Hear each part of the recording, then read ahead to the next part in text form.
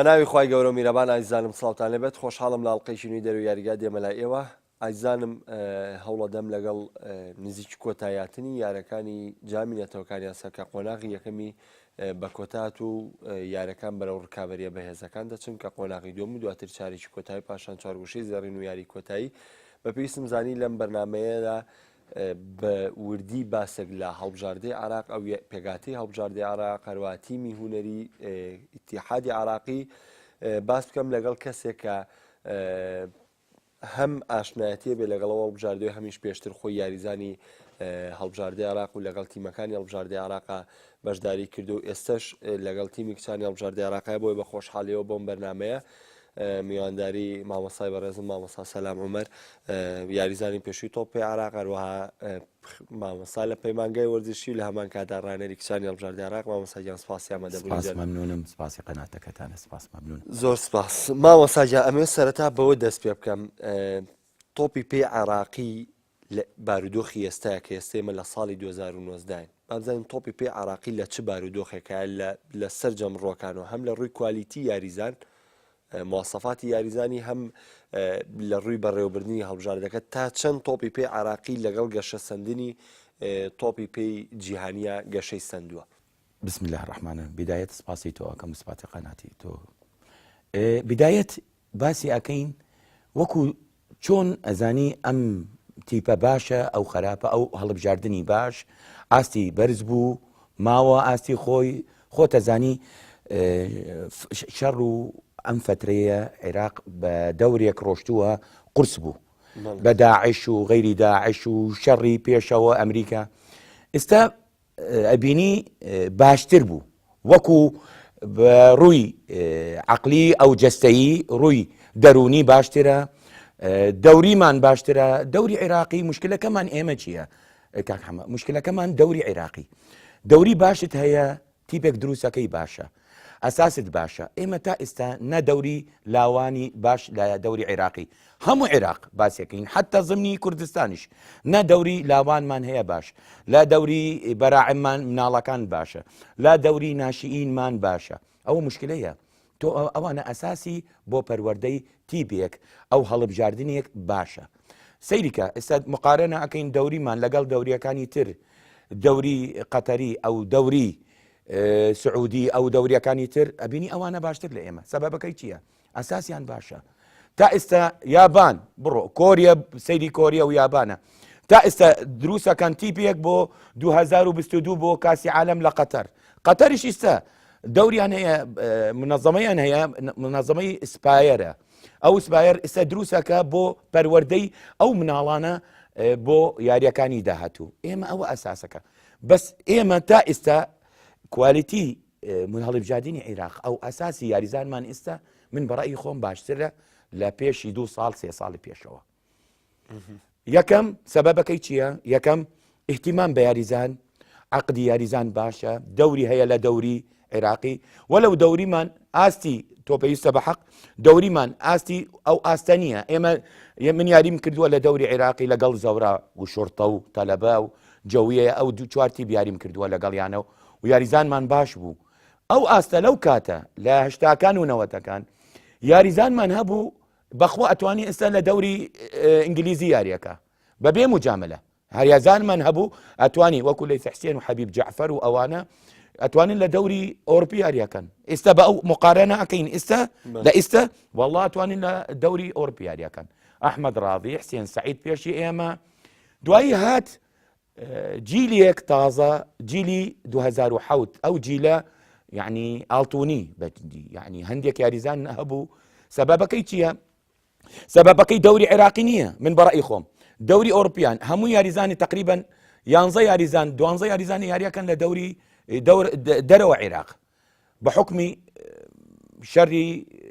وەزعی اقتصادی عێراق بوو وەزعی ناڕەحەتی عێراق بوو ئەوانە هەمویان لە دەرەوە بوون لە خولەکان داوەکانیش هەموو یاریزانی پیشەگەر لەگەڵەوە بالضبط یاریزانی باش بوون تۆ ئەڕۆیتەوە دەوری قەتەری هەموو یاریزانی محترف لە یاریزانی چاوی و غەیری چاوی و یاریزانێک لە دەوری ئۆرپی هاتووە هەندێک یاریزان ڕاستە تەمەنیان گەورەیە بەس خبرێتیان هەیە محمود لەگەڵ باتسوتا و لیبۆیف و دیسایی و یان کۆمەڵە نزیکە تەمەنیانە تۆ تەسە مقارنە دەوری ئۆرپیەکانە بطولەی شەباب ئەو ئۆلیمپیەکانە ئۆلیمپیات یونس محمود یاری نەکرد لەگەڵ کریستیان نزیک بوون بە یەکەوە و نزیکی تەمەنین ئێستا کریستیان ماوە یونس نەماوە سەبەبەکەی چیە ئەساسمان من بەڕێی خۆم ئەساس مهمە بۆ یاریزانی دووگۆڵی ئەساست باشە بەردەوامە بێ وەکو محترف تا ئێستا ئێمە یاریزانمان احترام و مرێزم بە عەقلیەتی خۆمان محترف نین ئوسلوبی احتراف فەرقی هەیە ئەبێ بە نیزام نانەخوا بە نیزام ئەخەوێ و هەڵەسێ ئێمە نیمانە تا ئێستا شوێنەکان یاریزانی محترف هەموو شوێنێک ناڕواتەوە دەرەوە ئەوە قورسە بۆی ئێمە تا ئێستا وەکو محترف ناین بەس وەکو کوالەتی خۆمانە تۆ باسی ئەەکەی منتەخەب عێراق هەڵبژاردننی عێراق تقریبا ئەوە سێ یاری بینیمانە و هەمومان و تەلەڤیزیۆن باسی ئەەکە ئاستی وردە باشتر ئەبێت مدەربی تازە هاتووە دەوری مدەرب چییە؟ اتحادی عێراقی هێناوە ئەوە مهمە ئەو گرنگە زۆر باشە ئەگەر بینە سەر پێگاتەی هەڵبژاردەی عێراق و کوالیتی یاریزانەکان ئەو یاریزانانەی کە ئێستا لە بەشدارن لە پاڵەرنەتی جامی ئاسیای ئەمساڵی ئیمارات یعنی ئەو پێگاتەی کە دروست بۆ لە لای کاتانیچ پێ دوایە هەڵبژاردننی ئەم یاریزانانە باشترینەکانی عێراق بوون کە بۆم هەڵبژاردەیە دیاری کراوە لە بەروی لە ملاولا باز دەکرێت کە یاریزان هەبووە باشتر بۆ بچێتە ڕێزی هەڵبژاردەیە بەڵام کە خۆت سێری سیاری ڕابردووی عێراقیشە کردووە ئایا پلانەکانی کاتانیچ بزەبت بەم یاریزانانە بە ئامانجگیراون یاخود دەکرا پێگاتەی عێراق باشتر بێ لەم پێگاتی ئێستا لە بەروی ئەوترێ کە باسل گۆرجیس دەست بخوێتە کاروباری هەڵبژاردە عێراق من قەناعەتم تۆ هەموو ئینسانێک مدەربێت ئەبێ شخصیەتی فەرزەکە لەسەر اتحاد تۆ منهێنی وەکو مدەراهێنەرێک شەرت و شروتی هەیە لەسەری تەسەور ناکەم شتێک فەرزە بێ لەسەر مدەربێک ئەو ڕاهێنەرێک خارجی ئەو ئۆروپی من تەسەور ناکەم ئەوە تەسیرەکەن لەسەری محتەمەل ڕاهێنەرێک خۆمانەیە ئەی ماڵین خۆمانە ئەتوانی تەسیرەکەن وەکو عاتفینی ئێمە وەڵڵە ئەمە باشە ئەوە باش نییە بەس وەکو ئۆروپی تەسەور ناکەم تەسیرەکەن ئەوە یەکەم دووهەم تۆ ئێمە دوو دەوری هەیە کاتنیچ دەوری فەنی و ئیداری خۆی یەتە هات سەیری دەوری عێراقی کەم بەجددی کەم ڕۆشتووە بۆ بەغا و سەیری یاریزانەکان و دەوری یاریزانەکان چۆن یاریەکەن لە مەلعب بینوێتی بەس بە تەنیا نەبوو ڕاهێنەرێک لەگەڵی مساعد ئەحمەد خەڵەف ئەوەش یاریزانی منتەخەب هەڵبژاردننی عێراق کۆن بوو ڕاهێنەرێک لە ڕاهێنەرەکانی عەقلیەتی باشە فهێناون لەگەڵی حتى دەوری هەیە ئینگلیزیەکەی باشە و قسە لەگەڵی ئەڵێم ئەوە باشە ڕاستە باسل گۆرگیس مەسئولی یاریزانەکانی محتەریفەکان یاریزانی منتەخەب عێراق دوو شەوازیان هەیە شەوازی محتەریفیان هەیە لە خارج چەند یاریزانێک تقریبا 25 تاسی یاریزانی محتەریفمان هەیە لە دەرەوە و سەیری کردووە و قائیمەکەی ناوەکان لای باسل گۆرگیسە و هەمانە یاریزانەکانی لە دەوری عێراقی یاریەکە و لە دەوری خەلیجیەکانە ئێمە ئەڵێن لە قەتەر و غەیری قەتەر و نزیکی ئێمە و لە بەغا و غەیری بەغا و محافظەکانی تر و لە کوردستانیش لە هەولێرش هەندێک یاریزانی بینیویەتی و بەدڵی بوو بەس تۆ مقارنەی شوێنەکانێکەی من بەڕێی خۆم کاتەنیچ تا ئێستا تەشکیلەی بەتەواوەتی لە مێشکی نییە بەس وەکو هەڵبژاردن ئەمانە باشن خراپ نین تۆ بە حەقیقەت باشێ باسی ئەەکەی هەندێک یاریزانمان هەیە مجموعی ئەڵەیە کوردی تیای نییە یاریزانی کورد نا یاریزانی کوردی تیا بوو و تایە و تا ئێستا تایە تۆ ئەڵەی ئەحمەد یاسین کووردە یاریزانێک و یاریزانەکانی باش و محتەریفە لە دەرەوە ئوسامە ڕەشید کووردە خەڵکی کەرکووکە و کوردی کووردە ئەساسەن کووردە و یاریزانێک لە یاریزانەکانی باش و لە دەوری ئۆروپی یاریەکە یینەوە ڕەبین سولاقە یاریەکە لە دەوری لە دەرەوە بوو لە سوی دوای هات لە دەنیمارک لە سویدا ئەو تقریبا ئەم دوو وڵاتە ئێستا یاریەکە لە دەوری قەتەری و یاریزانێک باشە و ئوسلوبی یارکردنی وەکو محتەریفە من ئەی بۆ ئوستاز باس لەوە ناکرێمانە کوردن ینی وەکو کورد ناویان نایەن ینی یەکێک لەو گلیانەی کە لە هەڵبژاردە عێراق و هەنوو یاریزانی کوردی تیانە بۆ ئێمە بۆی ئەعلامێمە ینی دانیشێم کوردبوونی ئەمانە شارێتەوە تو ێستا بە نزیکی ڕەنگە کوردبوونیان بزانی شێوازی چۆنە دوورتان نزیک لەبەرەوە ئێمە بەهۆی ئەو حەقدەی لە بینی عراق و کورد عەرەب و کووردا دووانم یاریزانانە ڕەڤز کراونەتەوە کە کورد بوو بێتن تصور ناکەم خۆی سەیریکە کاکەمە جواز ئەساسە ڕاستە ئێمە هەمومان عێراقین بەس ئەساس من کوردم خەڵکی سلێمانی ڕاستە من یاریزانی منتەخەب عێراق بووم بەس لە جوازم نووسراوە سلێمانی خەڵکی سلێمانی و یاریزانی و کوردم ڕاستە یاریزانی عێراقم و تەخەڵ بژاردن عێراق ئەساس مشکلەکەمان چییە؟ ئێمە هەمانە یاریزانی باش لە ئەقلیم کوردستان لە سلێمانی لە هاولێر لە دهۆک مشکلەکەمان ئێمە هەوڵ نادەین خاصەتەن اتحادی کوردستانی هەوڵ نادە ئەو یاریزانە ئەیگاتەوە مەرحەلەیەک ئەڕواتەوە وەکو یاریزانی منتەخەبی عێراق قەیچێکە ئێمە فەخرە بەرزە بۆ ئێمە بینم یاریزانێک لە یاریزانی کورد ئەبێت یاریزانێک باشترین یاریزانی عێراق قەیچێکە خۆی ئێمە یەک وڵاتین فەرق نییە کاکم وەڵڵە من حەبەسام من سەیری یەکەم هەندێک ئەعلام قساکە ئێمە هەمومان خزمەتی کوردستانەکەین یعنی ئەو یاریزانی کورد خۆیان یعنی من بیستومە لێیان لە تەلەڤیزیۆن باسی ئەکەن ئێمە ئەڵێن ئێمە کوردین ئەحمەد یاسین قسەی کرد ئەو ڕۆژە وتی من کوردم و قسەکانی ڕاستە ئوسامە ڕەشید دەرچوو لە ئیزاعی کەرکووکە ئەڵێ کوردم یعنی ئەمانە یاریزانی کورد یعنی ستێ یاریزانمان وەتوانین دروستەکەین یاریزانی کورد ئێمە یاریزانمان هەیە یعنی مشکلەکەی ئێمە یاریزانمان هەیە بەس ئەساسەکەی هەڵەیە ئەساسەکەمان هەڵەیە وەڵڵە محتەمەل عاجزە بێ مودەریبەکان ڕاهێنەرەکانی سلێمانی ئەو ڕاهێنەرانێک هەولێر چی ڕاهێنەرێک هەمانە لێرە عاجزە بێ لە من مشکلەکەمان ئێمە ئەو یاریزانە نایهێنین بە ئاستێک بەرزەکەین بۆ منتەخەب فەرقی نییە گەڵ یاریزانی منتەخەب ئێمە یاریزانمان هەیە من ئەزانم بەجددی ناوی نازانم یاریزانی پێشمەرگە ڕۆی بە دەوری عێراقی لەگەڵ نادی نەوتە بەڵێ ڕۆی لە نادی بێتاقەت بوو گەڕا بۆچی سەبەبی چییە تێکەڵی نەبوو لە ئەساس تێکەڵە بێت لە ئەساسەکەی تێکەڵە بێت لەگەڵ شەباب لەگەڵ ناشئین تێکەڵە بێت تا وردەوە ئەگاتەوە مەرحەلەیەک لەگەڵ گەورەکان یاریەکە وەتوانێ کورد ئەتوانێت لە دەوری عێراقی ئەتوانین یاریک ئحراجمان نەکرد هەولێر بەتەڵی دەوری عێراقی نەبوو چەند ساڵ 2 ساڵ 3 ساڵ بوو ئی باشە کوردی تیا بوو یاریزان کورد و یاریزان باش بوون فەرقی چییە لەگەڵ ئێمە دەوری عێراقی و یاریزانی کورد نابێ وەکو ڕاهێنەر وەکو حتى ڕاهێنەر کورد نابێ ڕاهێنەری منتەخەب عێراق ئەو کورد یاریزانێک کورد نابێ وەکو یاریزان سەرۆکی ئیتیحادی عێراقیش کوردە بالضبط قسەکانی جوانە مەلا عەبدولخالق کورد نییە هەندێکەمان هەیە هەمانە کوردە لە اتحادەکانی تر ئەوە عیلاق نییە ئێمە ئەعلاممان کاکەمە ئێمە ئەعلاممان مشکلەیە مغلق دیار نییە دیارە بێت ئەزانی چەند کوردمان هەیە یاریزانە ئەتوانی ئەو کوردانە یاریزانی تۆبی پێ بەس تۆبی پێ هەموو یاریەکانی تر ڕاستە زۆر باشە بچمە سەر پێگاتی کاتانی عێراق لەم سەیاری ڕابردوو یعنی یاری ڤێتنام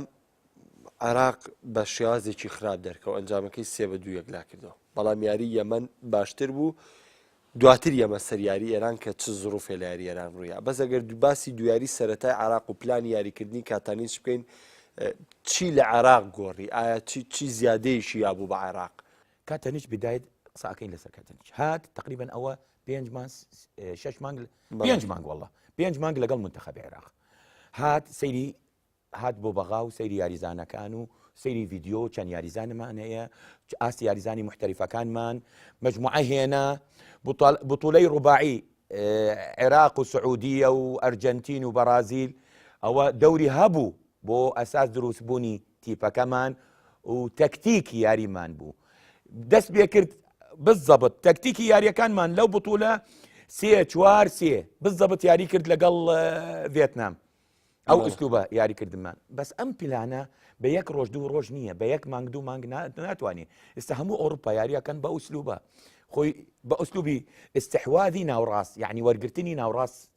یعنی ناوڕاست ئەبێت تۆ بەدەست و یاری ئەەکەی ئێمە نیمانە ئەو یاریزانمان وەرگرتنی تۆپ و سرعی نەقلی تۆپ خۆتەزانی شەرقی ئاسیە شەرقی ئاسیا ڤێتنام و غیری ڤێتنام و تایلەند ئەوانە تۆپ سەریع و لەشیان کورتە باڵێک و سەریعن بە تۆپ و بەبێ تۆپ عێراق بەعکسی ئەوانە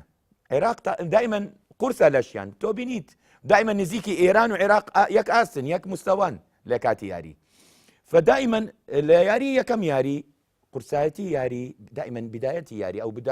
بدايەتی هەموو بطولەیەک قورسە بۆ مدرب بۆ ڕاهێنەر تا ڕێکە بێت بۆ ئاستی ڕێخستنی تیپەکەی ئەو پلانەکەی خۆی پێش یاریەکەی پێش یاری دوو یاری و دی یاری کردووە تقریبا 4 یاری آخر یاریەکەی لەگەڵ فلستین بوو ودیەکە تا ئێستا تەشکیلەکەی یعنی ڕێک نییە تا آخر ڕۆژ داخڵە بێ بۆ بطولەکە تشکیلەکەی یعنی پلانی تشکیلەکەی چۆن یاریەکە و ئوسلوبی یاریکردنی و ئەوە یعنی بەجددی نقطەی زعفی ئەم پیاوە کاتانیچ تا آخر ڕۆژ نازانی چی ئەکە و چی ناکە تا آخر ڕۆژ یەکەم یاری هات لەگەڵ ڤێتنام ئاستی خاصەتەن شەوتی یەکەم دیار نییە بە کوانێ تەکنیکمان چی یاریەکەین ئێمە بەس هەمووی بینیوە لە تەلڤیزیۆن نا ئێمە 4-4-2 نا ئێمە 3-4-3 نا ئێمە 4-2-3-1 کەس نازانێت بدایەتی یاری بە شەوتی دووهام دیار بۆ ئاستی منتەخەبەکەت دوو یاریزان گۆڕاوە تەشکیلەکەی ڕێک بوو ئێمە عێراق دائیمەن عێراق تۆ بینی عێراق چی یاریەکانی اعتیماد لەسەر لاکان تا ئێستا بینیت لاکانمان باش نیە ئەم تقریبا 3-2 یاری بەس شەوتی لەگەڵ شەوتی دووهەم لەگەڵ ڤێتنام باش بووین شەوتی دووهەم لەگەڵ ڤێتنام باش بووین و آخر یاریمان لەگەڵ پێش ئەوە ئیران باش بووین یەمەن مقارنە مەکە یەمەن و لەگەڵ یعنی زەعیفترین تیپەکانی لەم بطولە یەمەن و کۆریا باکوور ئەم دوو تیپە یعنی زەعیفترین من بینیم هەموویان تایلەند باشە هند باشە هندستان باشن تیپەکەیان وەکو پلان وەکو تەکتیک بە تۆپ لعب السهل ئێمە ئەڵێن یعنی لعبی بەسیط یاریەکە بە بەسیطی نەقلی تۆپ بە ئاسانە ئەوانەی تر نا قورسە یاریمان یعنی بەجددی یعنی ئێستا ئەم مەرحەلەی تازەیە من بەڕەئی خۆم دیاربوونی ئاستی تیپەکانی تر ئاستی تیپەکانی عێراق و غەیری عێراق و سعودیە و قەتەر و ئیران و یابان تا ئێستا ئاستی خۆی نەهاتووە مقارنە بە منتەخەبی عێراق وەڵە منتەخەب عێراق باشتری ئاستی تۆ مقارنەکەی یاریەکان بەخوا منتەخەب عێراق باشتر لە ئاستی یابانە عێراق آخر یاریەکەی لەگەڵ ڤێتنام یەکەم یاریەکە لەگەڵ ڤێتنام ئاستی شەوتی یەکەم باش نییە شەوتی دوام هەڵەکان چاکی کرد گەڕاوە بە 4-3-3 تیپەکەی ڕێک بوو یاری ئەکە لە عمق یاری نەکرد لە لاکانی تا ڤێتنام باش بوون ئەمانش چیەکەن ڤێتنام زەختەکە لە ناو ڕاست یاریزانی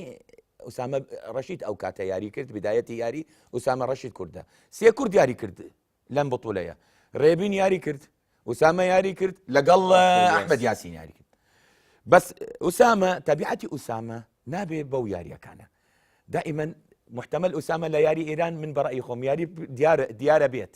وەکو قورسایی لەشی وەکو نەقلی تۆپ بۆ لاکان تەبیعەتی ئوسامە ڕەشید یاری لاکان بەس لەگەڵ یاری ڤێتنام قورسە بۆچی ڤێتنام سەریع نەقلی تۆپ و زەختە لەسەر حامل الكرة یعنی لەسەر ئەوە تۆپ بۆ دەگرێ یەخسەر زەختەکە نایەڵێ مەجالەدا بە حڕیەتی یاریەکە فئوسامە ڕەشید دیار نەبوو شەوتی دووهەم بەدلی کرد چەند یاریزانێک بەشار ڕسەن دابەزی هومام دیار بوو شەوتی یەکەم بەجددی پلانی منتەخەب عێراق لە یاری ڤێتنام مهم بوو و سەرکەوتوو بوو لە یاریەکە بەڵێ ئەگەر باسی و پێگاتێکین کە ئێستا لە پاش هەڵبژاردەی یاری ئێرانیش کە یاری ئێران باس بکەین ینی لە ڕیزبەندی فیفا ئێران هەڵبژاردەی یەکەمیشی شۆری ئاسیا هەمومان نەزانین کە ئێرانی چێکە لە باشترین هەڵبژاردەکان ئەگەر چی دەستکەوتی بردنەوەی جامەکەینەوە بەڵام تیپێک بووە کە لە چەند ساڵی ڕابردوو بە تایبەتی لە دوای مۆندیالی 2004 دەواتنیکی ڕۆژشەوانێ ئاستێکی زۆر باشی پێشکەش کردووی چێکە لە هەڵبژاردە بەهێزەکان بەڵام ئەگەر کوی یاری عراق و ئێران وەربگرین یعنی ناتوانین بڵێن عراق خراپ بۆ ئەم یاریە و لە ڕووی ئەنجامیشەوە تا ڕادێک ئەنجامەکەی عراق بۆی کە ئەعلام پێشتر باسیە کرد باسی سەرکەوتنی ئێرانیە کرد لەم یاریە بەڵام عراق دەرفەتێکیەوەشی نایە دەست ئێران ئایا ئەتوانین بڵێن ئێستا عێراق ینی هەڵبژاردەیە بێت کە ترسی لە ڕوبەڕووبوونەوەی هەڵبژاردە بەهێزەکانیش نەبێت لەم پاڵەوانێتیە مشکلەکەی سەیریکە ئێمە هەمومان بینیمە یاری عێراق و ئێران مشکلەی ئیعلام زەختی کرد لەسەر هەردوو تیپەکە ئیعلامی ئێرانی و ئیعلامی عێراقی هاتن بدایەتی یاری بینیت یاریەکە ئەمەنە یعنی بە قورسایی یاریەکەن ئەڵەی یعنی بدایەتی یاری تەکتیکی هەردوو تیپەکە دیار نەبوو وەکو نەقلی تۆپ بالضبط ئاساسی یاریەکە نەبوو متعە یاری نەبوو بدایەت یاری هەموو بە قووەت یاریەکە ئەمە قەتعەکە و ئەوەش قەتعەوە نایەڵێ بەردەمی یاریەکە سەبەبی خۆی کلاسیکۆ تۆ پێویستە کلاسیکۆ دائما یاری عێراق و ئیران شتێک بۆ هەردوو وڵاتەکە قورسە و دائما قورسە لەسەر ئیران لەسەر عێراق نییە عێراق بە ئەریاحەتی یاری چی یاریمان کردووە لەگەڵ ئیران بردومانە خاصەتەن بە جلی سەوز جلی سەوز یاریەکەی زدی ئیران ناتوانانی ئێران یاریەکە لەگەڵ عێراق سەبەبەکەی نازانم تا ئێستا ئێمە نازانین ئێمە چەند یاریێک دیمان یاریمان کردووە لەگەڵ ئیران تعادل بووین بردومانە چەند ئەمە تقریبا 2015 دۆڕان لەگەڵ ئێمە خۆتە زانی بە لێدانی سزە ئەو کاتە سەبەبەکەی چییە سەبەبی عێراق دابەزین ئەم یاری بە ڕوحیەتی وەکو شەڕکردن بەجددی من بەڕێی خۆم نیوەی ئاستی خۆیان هەموو یاریزانەکان نیوەی ئاستی خۆیان نەماوە لە یاری بۆچی یاری بە قووەت و تاف لەسەر تۆپ نەهێشت یاریزانی ئیران یاریەکە بە حڕیەتی خۆی و مەجال نەداون لە ناوڕاست ئێران یاریەکەن ئیران تیپێک بە قووەتە خاصەتەن یعنی لە دوای کاسی عالم هاتوون و ئاستیان لە کاسی عالم یعنی ئیران دەوری هەبوو یاریزانەکانی مهمەکان و هەمویان محترفن تقریبا یاریەکەن لە وڵاتی دەرەوە هەیە لە برایتن تعادلی لەگەڵ پورتوگال هێناوە لە مۆندیال بالضبط ئەوروپا بوو منیش ئەوە باسی ئەەکەم یعنی لە کاسی عالم تۆ هەمووی محترفن لە دەوری ئۆروپی یاریەکەن وێنەوە لەگەڵ عێراق هەمووی یاریزانی مناڵن مقارناکەی تەمەن و ئوسلوبی یاریکردن ئەمانە تازن ئەمانە محترفن مقارنە بکە ئەمانە ئەوە یاریەکەن بە ئیسلوبێک وەکو یاریزانێک خۆی ئەزانێت چی لە چی کاتێک ئەڕواتەوە سەرەوە لە چی کات فەریق عێراقی تا ئێستا نازانێ چۆن ڕێخستنی تەنزیم تا ئێستا تەنزیمی یاریمان ماوە تا ئێستا ئەمە ئاخر یاری ئێران بەخوا تەنزیممان باش نییە هەم ماوەمان خاصەتەن شەوتی یەکەم شەوتی دوام حڕیەتی یاریکردنمان باش بوو زەختمان کرد سەبەبەکەی نا عێراق باشە من ئەڵێم پێت سەبەبەکەی عێراق نییە سەبەبەکەی ئیران هاتن دواوە وتی عێراق 2 ساعاتی تر گۆڵ ناکەن و بالضبط ناتوانین گۆڵ ناکەن یعنی من یەکشت ینی مدربی پورتغالیەکە کیرۆش یعنی زیرەکە من بەڕای خۆم زیرەکە مسەیترە بینیت حتى لە دانیشتووە مسەیترە مهمەکان یاریەکە مهمەکانی شوێنەکان غەڵکی کرد نەهێشت بە حڕێتی خۆی یاریەکە نەهێشت بە حڕێتی خۆی یاریەکە یاریزانەکانی مهمەکان لاکان علا مهاوی لەگەڵ علی عدنان نەهات هاتن سەرەوە بینیت ئێمە اعتیمادەکەین لەسەر ئەوانە خاڵێکتر مهمە عێراق یاری کرد بە دوو ارتیکاز بەردەمی دیفاع ئێمە 4 دیفاع دوو ناوڕاستی ارتیکاز یعنی سابتن هەمان پێشەوە بەردەمیانە ئەو حسێن علی ئەو دوانە بە یەکەوە جارێک ئەوە جانێک لاکان ئەحمەد یاسین و حسێن علی و مهند علی مهند دوورە عێراق اعتماد لەسەر چی دیفاع قەتعی تۆب و مرتدە ئیران چی کرد ناوڕاست خاصەتەن شەوتی یەکەم ئیران باشتر بوو شەوتی یەکەم لەگەڵ عێراق تۆپ وەرگرتنی تۆپ پاس بەس عێراق چی کرد زەڵتی نەهێشت یاری ئەکە بە حڕیەتی خۆیان لە ناوڕاست فدائما قەتع تۆپ بوو نەهێشت بە دەوەران هەندێک یاریزانێ ئەو قودسی و ئەو دوو سێ یاریزانی هەیە کاپتینەکەیانە ئەوانە باشن زۆر پێش ئەوە یاریەکان زۆر مهم لە یاریەکان ڕقم 11 چەپەکە یاریەکە لە دەوری زۆران لە خولە ئەوروپیەکانە یاریە بالضبط بەس دیار نەبوون بۆچی نەهێشتن مەساحە شوێنێک دیارەکەن بۆیان بە حڕیەتی خۆیان یاریەکەن بەس لە خەریکی ئاوت بەجددی هەڵدانی ئاوت مشکلەی عێراق هەڵدانی ئاوت دایمەن بۆ ئاوت یاریەکەن عێراق شەوتی یەکەم يعني بجدي حتى اعلام باسي نكرد اعلامي عراقي او انا باش نبون منتخب العراق وكو تكتيكيا باش نبون شوتي دوهم عراق ديار بو وكو تكتيكيا وكو نقلي طوب سببها كيش دي دوباره علم ايران هات دواوا ياري كرد ببينج شوار يك وبعكسوا طوب بدسيان ينوا بين ايران بينج ناوراس شوار دفاع هجوميك سردار بتنيابو زۆر باشە پچمەوە سەر ئیتحادی عراقی و بڵین ئەو بارودۆخی کە ئەو هەلەی کە ڕەخسانە بێتیان بۆ هەڵبژاردەی عراق تا چەند ئەگەر هەیە بۆی کە عراق جارێکی تر بیر لەوە بکاتەوە بێتەوە بە پاڵەوان ئەمەش پێوەستکەمەوە بە چیەوە بە ئەو جیلێ عراق کە توانی بێتە پاڵەوانی کیشوەری یاسیا لە ساڵی 2010 کە تێدا کۆمەڵە سەرکەوتنی گرنگجانێنا لەوانە بردنەوە لە سعودیە بردنەوە لە کۆریای باشوور کامان هەمووی دەستکەوت بوون بۆ هەڵبژاردە بردنەوە بەسەر ئوسترالیایە کە بەردەوامێکێک بوو لە هەر هەڵبژاردە بەهێزەکان بەردەوام بەشداری مۆندیالیە بووە. ئایا ئەم ئەگەرانە تا چەند هەیە دووبارە بێتەوانێ؟ والله ئەمێنێت لەسەر ئرتیحاد ئەبێ ئەساسەکەی پلانێک دانین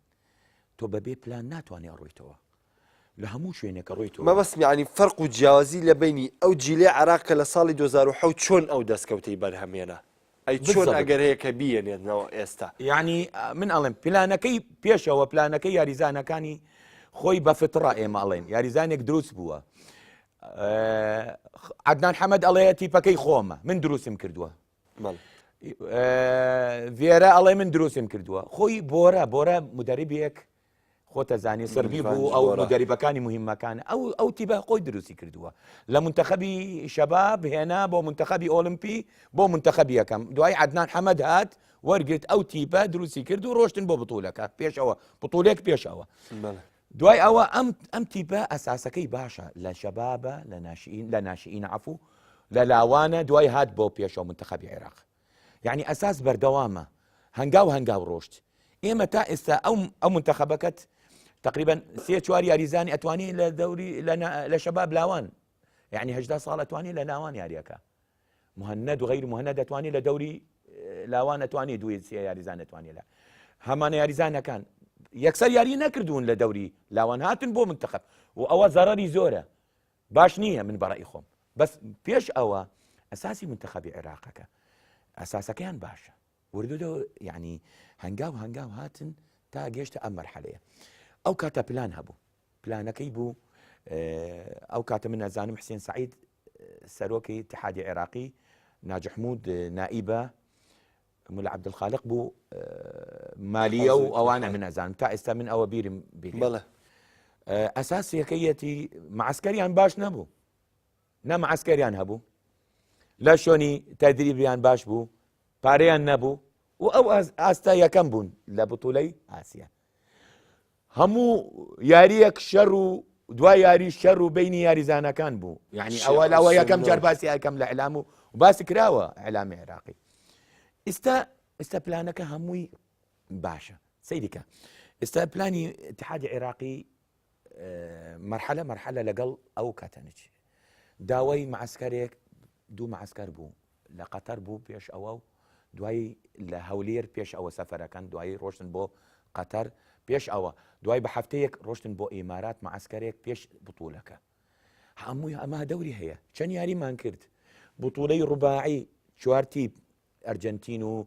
قەیچێکە دۆڕانمان قورسە لەگەڵ ئەرجەنتین و ئەوە نا بەس تۆ ئەبێ ئەگەیتەوە بۆ مەحەکێک ئاستی تیپەکەت چەنە مستەوەی تیپی یاریزانت چەنە ئەوە یاریزانە باشە خراپە هەمانە لەگەڵ سعودیە لەگەڵ بەرازیل ئەم بینیت یعنی حتى یاریت نەکرد لەگەڵ بەرازیل بەس یاریەکانی بینیت ئاستی بەرازی ئەو یاریزانە چۆن یاریەکە و لە مەلعەبێک یعنی من تەسەوڕەکەم تا ئێستا اتحادی عێراقی دەوری هەیە بەس ئەو دەورە ماوە چۆنەتی گەیاندنی یاریزان بۆ ئەستێک ئەتوانی وەکو جیهان وەکو یاریزانی ئۆروپی ئەو یاریزان قورسە بۆ ئێمە ناگەینەوە ئەو ئاستە تا ئێستا ناڕۆینەوە ئەو ئاستە بەس یاریزانی خۆتە ئەزانی عێراق یعنی یاریزانێک ئیدا کوردە ئەو عەرەبە ئەتوانی دروستەکەن یاریزان یعنی ئەوێ گەر عێراق بێ بۆ ئامانجە بگاتەوە بێ لە سەرەتاوە چۆن پێشتر ئەم پێگاتەیە بۆ عێراق دروست کرا بۆ ساڵی 2010 یاریزانانە لە ڕیزی فیاتی ناشئین دواتر قەتەر دوور مەکەوە قەتەر هەمووی مناڵن ئەمانە مجموعەیەک ئەکادمی ئیسپایر خۆتە زانی هەموو یاریزانێک محتەرفن محتەمەل هەندێک جنسیە هەیەی خۆی قەتەری نییە بەس جنسیە بەس لە مناڵی دروستبوونی لە قەتەر ئەمانە بیری ئەکەن سەیریکە بیری ئەمە ئەکەن و بیری منتەخەبی شەبابی قەتەر بۆ 2022 تەسەوڕەکەی ئێستا بیری ئەکەن پەروەردە ئەکەن و ئەو مدەریبە خۆی ئەمێنێت لەگەڵ مشریفێک عام هێنێ یعنی ئەیماڵێن مدیری فەنی بۆ منتەخەبی هێنن سەرپرشتی ئەوە ئەکەن ئەمێنێت ئەو مدەربە ئەمە ئەمادە بۆ 2022 ئەوە مهمە هەندێک ئەو سپایەرە باشترین مدربەکانی تایە لە عالەمە، یعنی معاشی باشترین لە معاش ئەو مدربی منتخبی قەتەر. چۆن پەروەردە ئەو یاریزان هیلاکە بێ لەگەڵ مناڵ قاعەکانی گەورەیە. ئێمە بینیمان چۆن پەروەردە مناڵی هێنن بە 6 ساڵ تا ئێستا پەروەردە ئەبێ، یعنی ئێستا هەمانە لەگەڵیان یاریزانی عێراقی ئەزانی دیفاعە کوری یاریزان لەگەڵ من یاریکە هشام عەلی کوڕەکەی یاریەکە ئێستا لە ڕقەمی 15 تەسەوڕەکەم ینی ئاخری بەرگری بڵێ بەرگری منتخبی قەتەر و گۆڵی کردە و ڕۆژە ئەمە یاریزانی عێراقی بەس یاریەکە لە منتخبی قەتەر. تەسەوڕەکە یعنی ئەم ئاستا سەیری کە قەتەر چی بیریاکە چی یاریزانێک معەز هەسا خۆی هجوومیان نییە گەنجە تقریبا 20 ساڵ 21 ساڵ ئەمە یاریزانێک لە یاریزانەی بیری بکە ئەو هەدافە ئێستا هەدافیان بطوڵەی ئاسیە چەند ئاستی بەرزە سەبەبەکەی چییە ئەساسەکەی باشە پەروەردە بوو لە مناڵی لە ناشئین تا لاوان تا یەکەم هاتووە چەند ساڵێک 3 ساڵ 4 ساڵ تا پەروەردە بوو هاتووە. ئێمە ئەساسمان مهمە حتى لێلە لە کوردستان ئەبێ ئەساس ئەبێ ئێمە بیری ئەوە ئەەکەین لاوان ئەو مناڵانە چۆن پەروەردەکەی یەڵڵە ئەتوانی بیری ئەەکەی چۆن یاریزان دروستەکەی. زۆر باشە ئەگە کۆتاشتە هەبێ لەسەر هەڵبژاردیارا خۆت بیڵی دواتر تۆزێم باسە پێوەستکەمەوە بە فیئاتی تەدریبی لە کوردستان مەمزین لە چ بارودۆخێکا چن بەڕێوە هیچ نەماوە لەسەر هەڵبژاردیار. وەڵا من تەمەنا ئەەکەم منتخب عێراق ئەم یاری تازە نازانم لە ئێستا تعادل بوون ماوە یاریەک چاوەڕی ئەو ئاکەین و ئینشاءالله سەرکەوتوو. زۆر باشە ئەگەر ئەم باسی ئێستامان باسی هەڵبژاردەی عێراق پێوەستکەمەوە بە کوردستان و پێگەاندنی جیلێک لە کوردستان ینی ئێمە باسمان کرد کە هەڵبژاردەی عێراقی 2007 چۆن دروست بووە ئەم هەڵبژاردەی عێراقی ئێستا چۆن هاتووە ئەی ئێمەش ینی ئێمە لەسەر خولی کوردستان و لە ساڵی 2006ەوە ینی ڕاضە بە شێوەیەکی بەرچاو ئەکرێ لە ناو کوردستان ئەلام گرنگیشی تەواوەیە بە ڕاضەی کوردستان. ئەی ئێمە تا چەند دەرفەتی پێشکەوتنی یاریزانی کورد هەیە تا چەند دەرفەتی پێشکەوتنێ بۆی کە یاریزانەکانمان بگەنە ئاستێکی جیانی یاریزانەکانی ناوخۆ نەک یاریزانەکانی کە لە خولە ئەوروپیەکان یاریەکەن دواتر کوردبوونی خۆیان چەند ساڵە لێ فێربوون مەبەستم لە فێرکارەکانی نێوخۆی ناو ئەقلیمە. بەڵێ مشکلەکەمان چییە؟ خۆی سێ مەرحەلەی تایە. یەکەم مەرحەلە پەروەردەی ئەو ڕاهێنەرەکانە ڕاهێنەرمان هەیە بەس ئەو ڕاهێنەر شەهادە وەرەگرێ بۆ مستحقی بە شوێنی خۆی هیلاک بوو هەمانە ڕاهێنەری باش بەبێ ڕاهێنەر پەروەردە ئەو یاریزان نابێت خاصەتەن یاریزانی مناڵ. سەیری دەرەوە سەیری وڵاتاکانی تر دائیمەن باشترین مدرب ئەیکەن بۆ مناڵ باشترین مدرب ڕاهێنەر ئەیکەن بۆ مناڵ بۆچی حتا ئەساسەکەی باشە و مشکلەی نییە سەرەوە تەسەوڕەکەی ئەوە خاڵێک ئێمە یەکشت اتحادی کوردستانی و اتحادی عێراقی دەورە ئەکرێتەوە لێرە ڕاهێنەر چۆن پەروەردە ڕاهێنەر چۆن ئیشەکەن لەسەر ڕاهێنەر ئێمە ڕاهێنەرمان هەیە چەند ڕاهێنەرمان باشمان هەیە یعنی احترام بە کاخسرۆ لە ڕاهێنەرەکانی باشەکانە ئەسلوبی قسەکردنی ئەسلوبی سەقافەتی وەرزشی هەمانە چەند ڕاهێنەر بەس چۆنەتی ئێمە گەیاندنی یاریزان بۆ ئاستێک باش ئەوە مهمە نا ئێمە بەس تەمرینەکەم عیلاقەی بە تەدریب نییە ئێمە هەمومان تا ئێستا من ئەبینم ئەوە مەرحەلە یەکەم تا ئەبینم ئێمە وەکو یەکشت بڵێم ینی لەو زمنیە و کارانەی کاخەسرە و خۆشە باست کرد ئێستا کاخەسەویچێک بولانی کە دەستی دیار بوو یانەی چێکلاانە فەرحان شکوری دروست کرد بۆ هەڵبژاردەی تازبێژە کە لە کۆتایە ئەنجامێکی شایستیان هێنا لە منیشڵێم ئەوە لەو ڕاهێنەرەکانی من بەڕئی خۆم باشن بەڕئی خۆم شخصی بۆچی ئەسلوبی دیار بوو بەس ئێمە ئەمێنێت ئەڵێم عام بەعام نابەخاس ئێمە بەعام ئەوە دەستی دیارە بەس ئێمە بەعام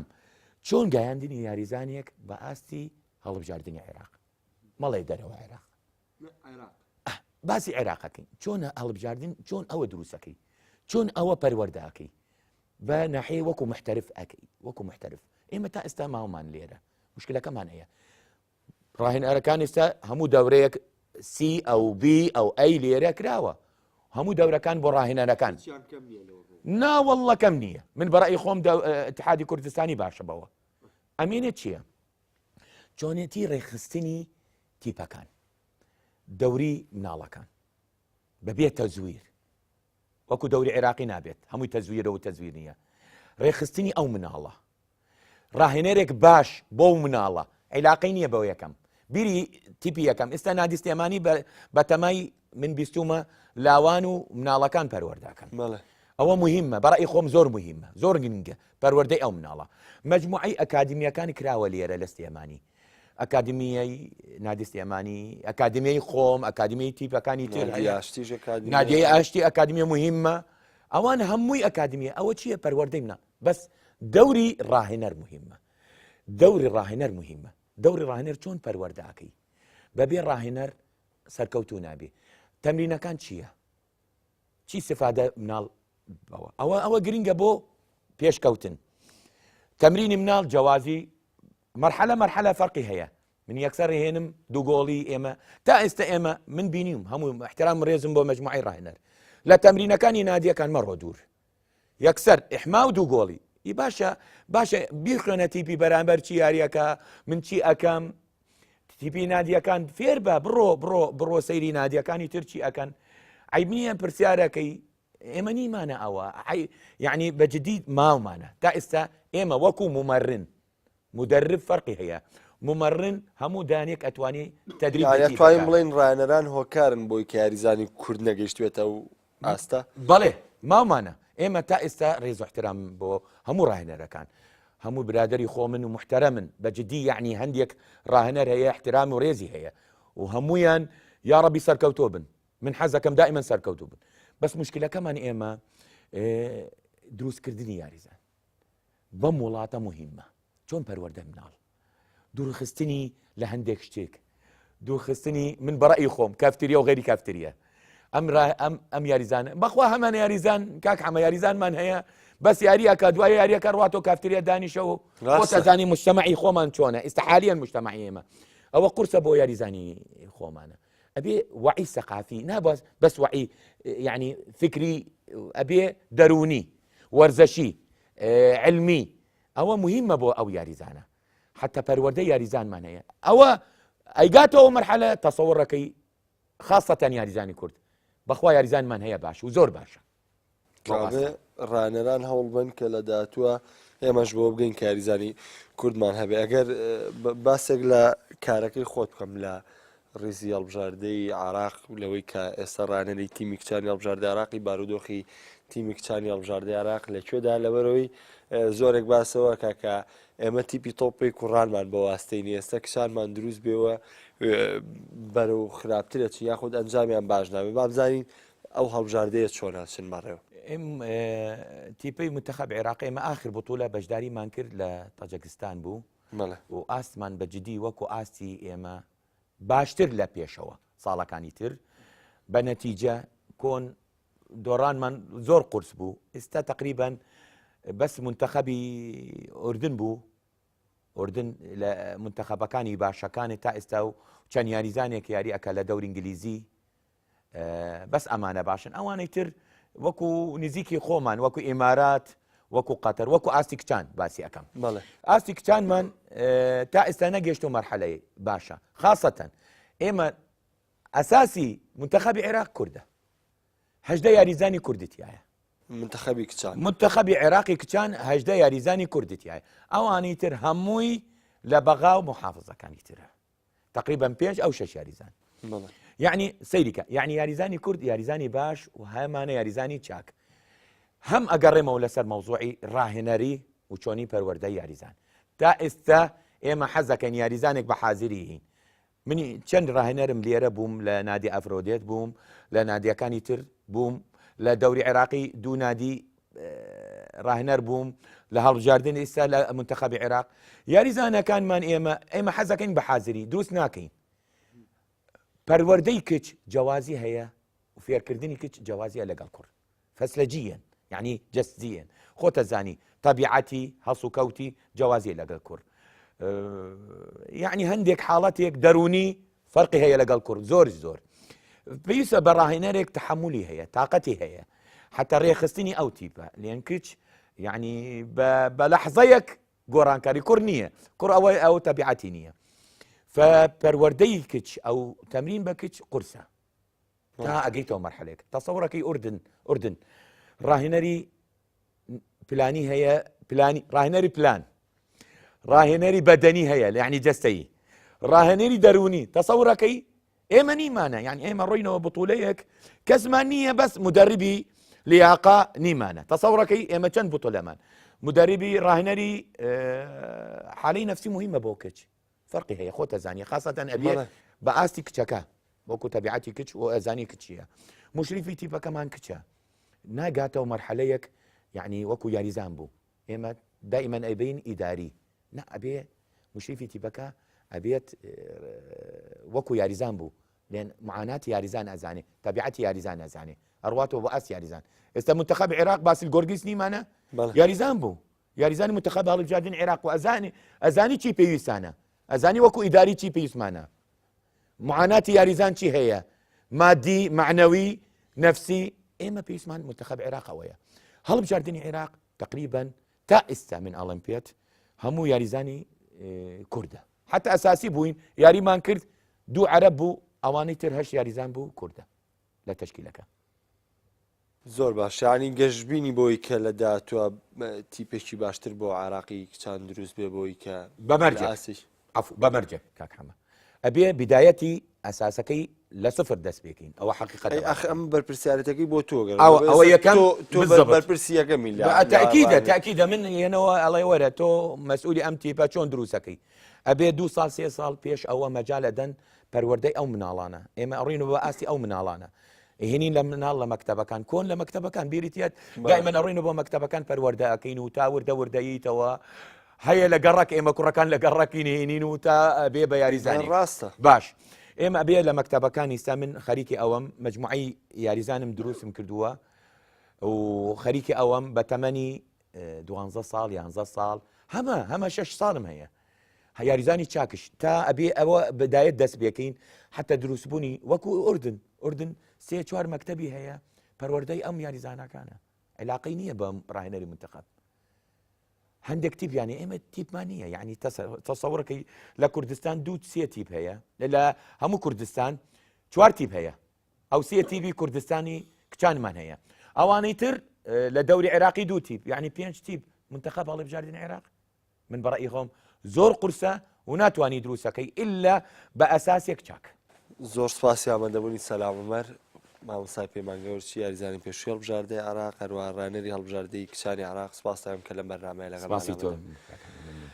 ئایزانم بەرنامەیەم جاری دەروی یاریگاشم پێشکەشکردن تا بەرنامەکانی داهاتوو بەخواتان ئەسپێرم هەر شاد